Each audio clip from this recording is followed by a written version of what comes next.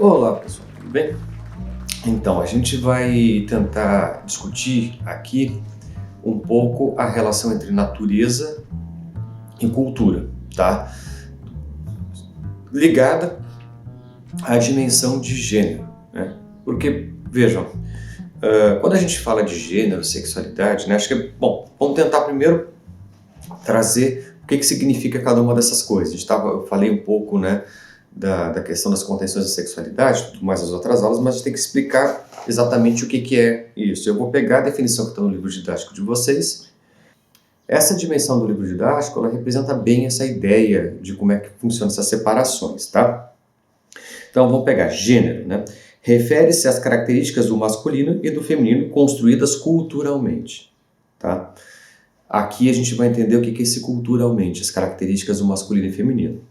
2. Sexualidade, orientação do desejo sexual e afetivo e representação social ou subjetiva da identidade de gênero. Não é determinada pelas constituições biológicas do indivíduo, né? E sexo, características físicas de um ser humano, órgãos genitais e forma do corpo, tá? Então a gente tem essas três características. A gente nasce com sexo, né? A gente nasce com sexo, masculino e feminino, né? Se tem, né? Dependendo do órgão sexual que a gente nasce com sexo, tá? O que isso diz pra gente como seres humanos? Muito pouco. Muito pouco. Porque a partir disto, a forma com que isso se representa no mundo é determinado pela cultura. É a cultura que vai moldar isso. E aí vocês podem falar assim, isso é viagem da sociologia. Não, não é viagem da sociologia. Os estudos de comportamento humano vinculados à psicologia e à neurociência dizem a mesma coisa. Aí como é que eles estudam isso? Eles pegam casos concretos. Então, por exemplo, eles vão estudando comportamento de pessoas e, sobretudo, eles estudam, quando querem estudar, ver a propensão genética de alguma coisa, eles pegam muitas vezes gêmeos idênticos, né? É um método de fazer isso, pegar uns gêmeos idênticos, né? Porque gêmeos idênticos têm o mesmo DNA, então geneticamente eles são iguais, e as alterações de comportamento que eles podem ter em relação, por exemplo, a desejo sexual ou coisa do gênero, vai ter uma propensão ou mais cultural ou mais genética. Então, por exemplo, se pegar um universo lá de, 3.000 gêmeos idênticos, né? 3.000 pares de gêmeos idênticos. E aí a gente vai analisar, por exemplo, o comportamento, se os gêmeos se tornam homossexuais ou não, né? Se tem um que se torna homossexual, o outro não, enfim, vai fazendo essas relações, a gente consegue ter indicativos, não provas concretas, mas indicativos de que determinados componentes relacionados ao interesse sexual, por exemplo, da pessoa, né? Pode estar relacionado a fatores genéticos ou a fatores culturais. E, via de regra, os fatores culturais ganham massivamente, né? Então, como eu já acabei colocando, a gente tem impulsos, né? Isso é humano, né? Isso são humanos. A gente tem impulsos sexuais, impulsos que entram muito na dimensão da psicanálise, né? A gente tem, a psicanálise vai chamar isso de pulsões, mas são impulsos que a gente tem como ser humano. A forma com que esses impulsos vão ser expressos na sociedade dependem diretamente da forma com que a gente é criado, ou seja, depende da nossa cultura. Então, dependendo da cultura a qual a gente está vinculado, vai ser uma forma de expressão, né? Então, por exemplo, essas ideias bastante equivocadas de separação social do trabalho, né? Que é a separação do trabalho por gênero, né? Os homens caçam, as mulheres plantam. Isso é uma mentira. Do ponto de vista prático, é mentira. Não é isso que determina, é a cultura a qual aquele povo está. Como assim? Tem várias sociedades nas quais as mulheres caçavam, que as mulheres eram guerreiras, igual os homens. Tem sociedades que é o contrário, inclusive, que são matriarcais, em que as mulheres têm mais poderes que os homens. Então são sociedades em que o cerne, os atributos relacionados à força, à coragem, são dados às mulheres e os homens são colocados numa posição de cuidado e apreciação. Tem grupos sociais que são assim. Então, essa ideia de homem vinculado à brutalidade, à força, à guerra, ela é construída socialmente, ela é construída culturalmente. Né? Daí como assim? Enfim, dentro da história tem outras sociedades que não são assim, e não foram assim por muitos anos. Como é que vai dizer que é cultura, que é natural? Não é natural. É natural da cultura. Né?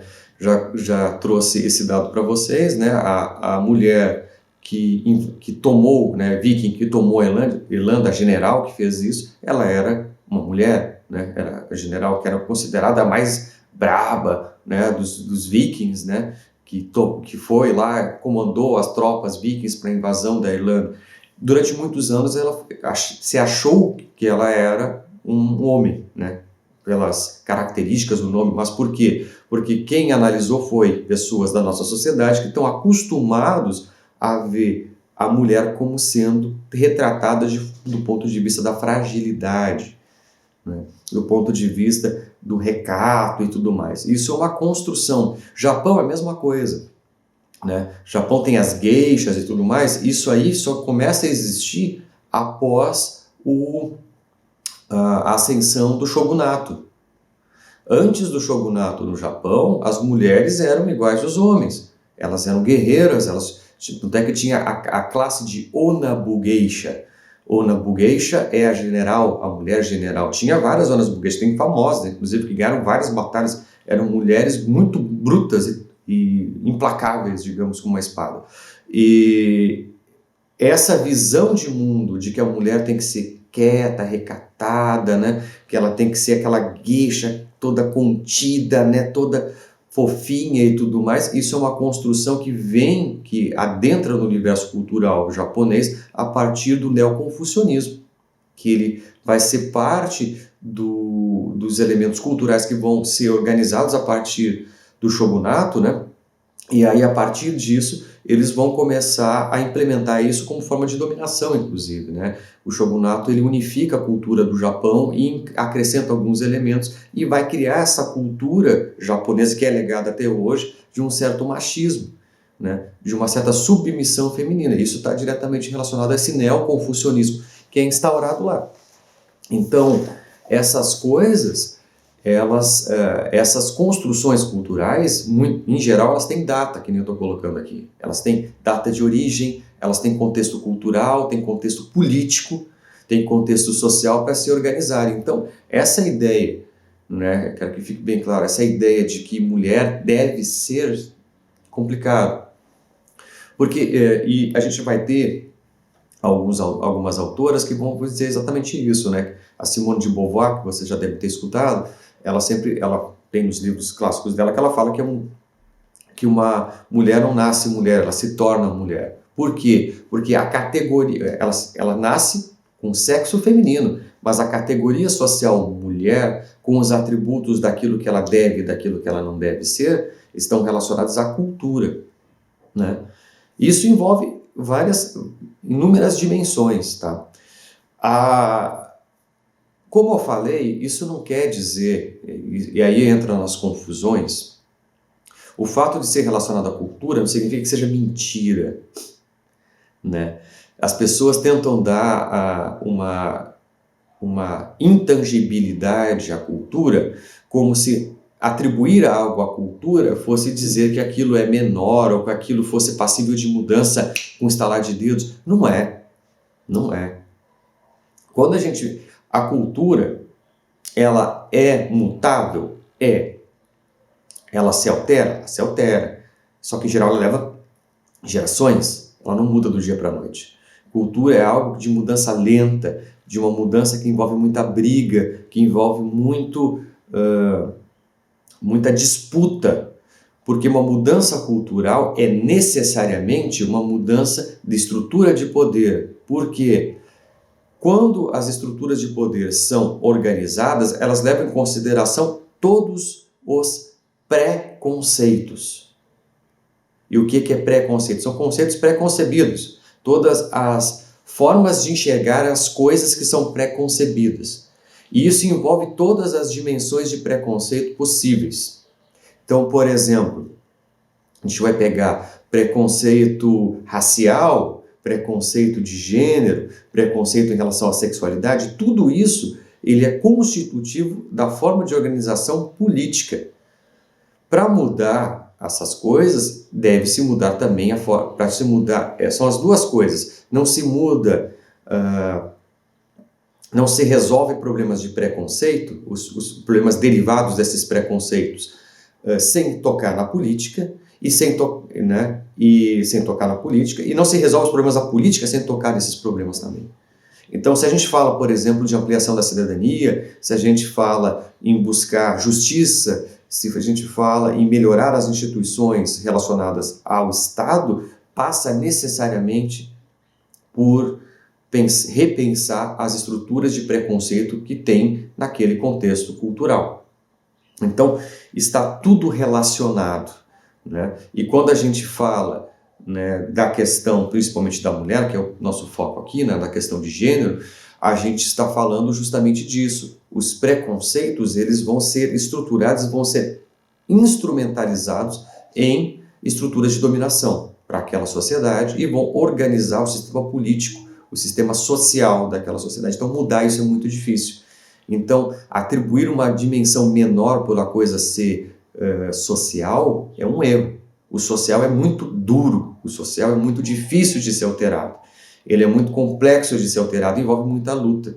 Então, isso não é, de forma alguma, menor, tá? Que fique bem claro.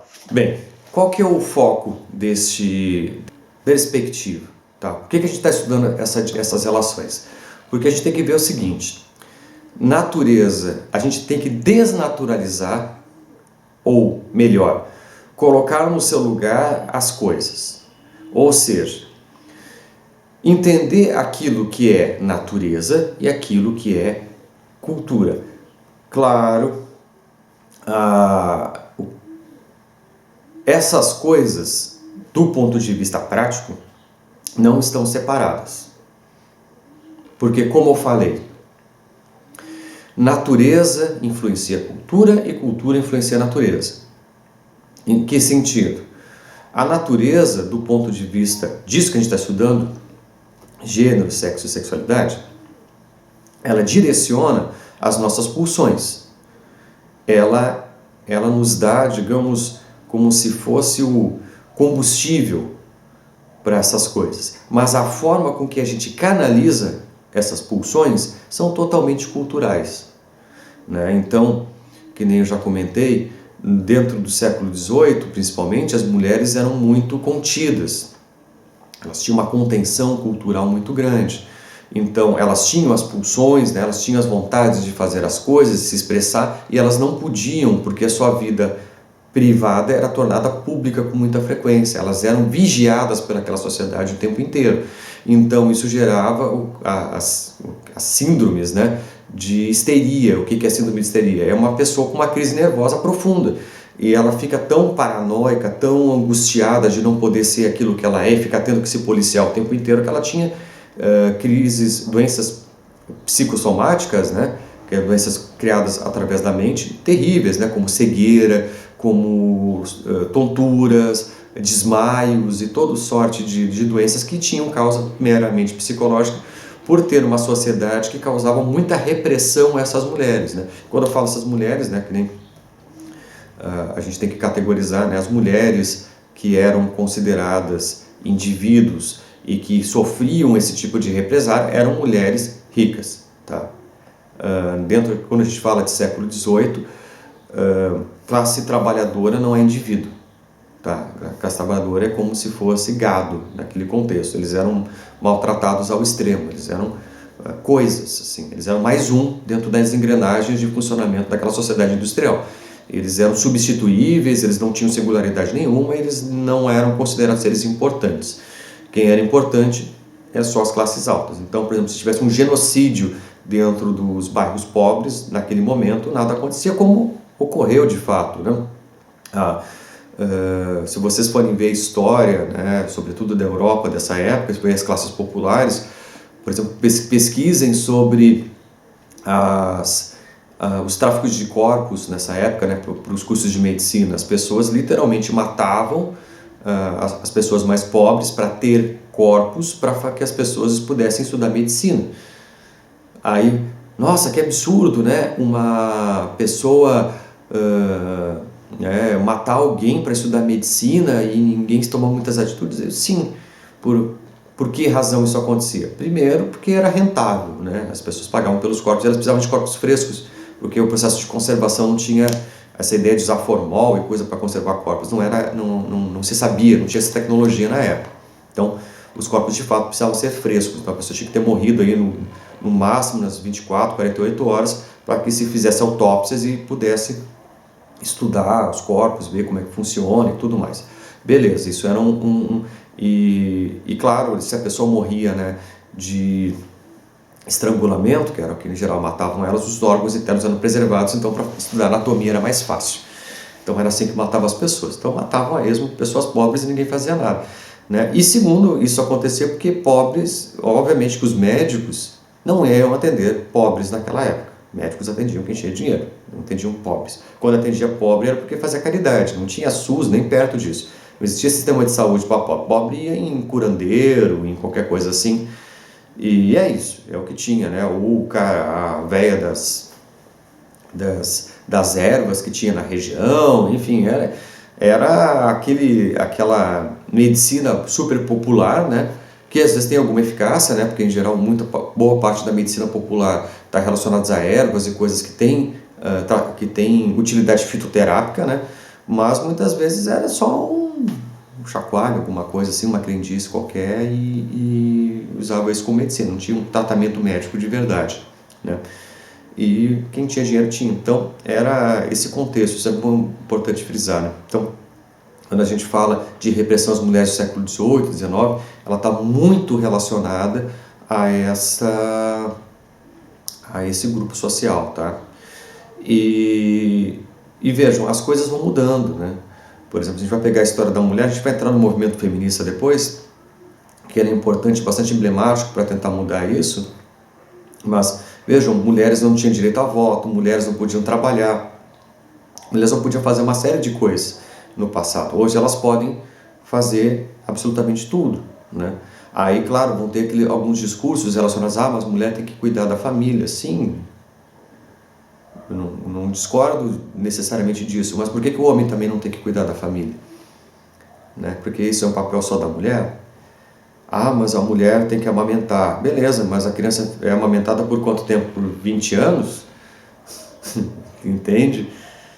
O período de amamentação, ou o período de que a mulher tem que dar atenção maior à criança, em função de questões biológicas, ele não é tão extenso assim a ponto de inviabilizar uma vida inteira, né?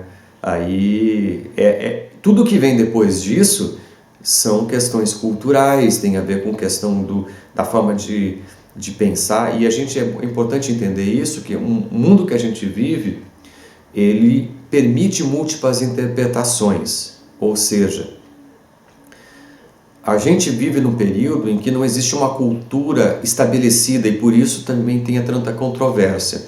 A gente não tem uma cultura hegemônica relacionada à forma de tratamento e pensar essas questões de gênero.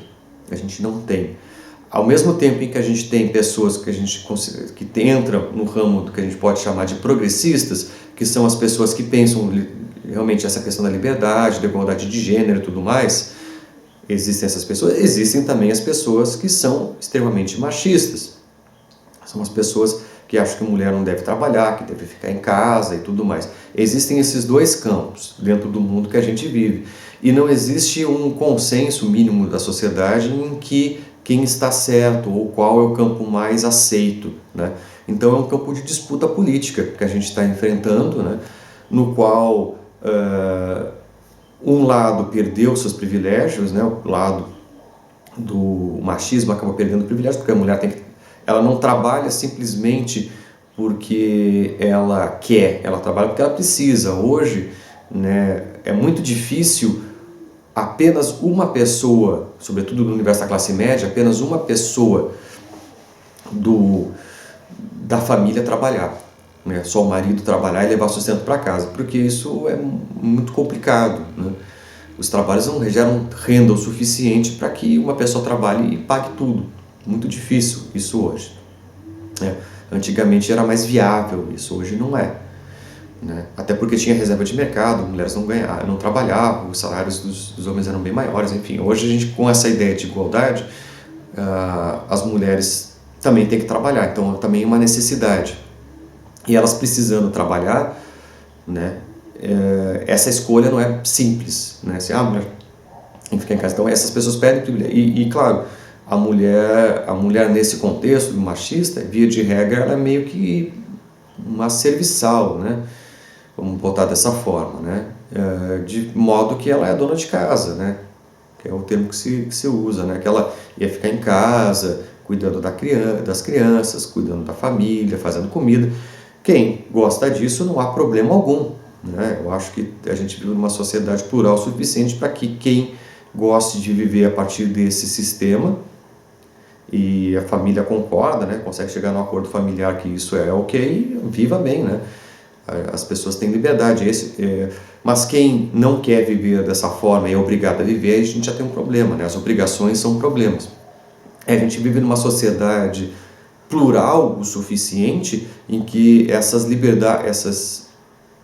deveria pelo menos viver numa sociedade plural o suficiente no qual esses desejos individuais fossem minimamente acatados, né?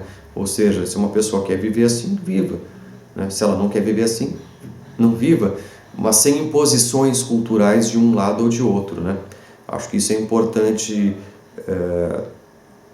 tratar desse assunto, porque quando a gente encaminha essa discussão, parece que é uma obrigação da mulher, né, ser super para frente, né, e buscar os seus direitos, ou de outro lado, é uma obrigação da mulher cuidar da família, dos filhos. Não, gente.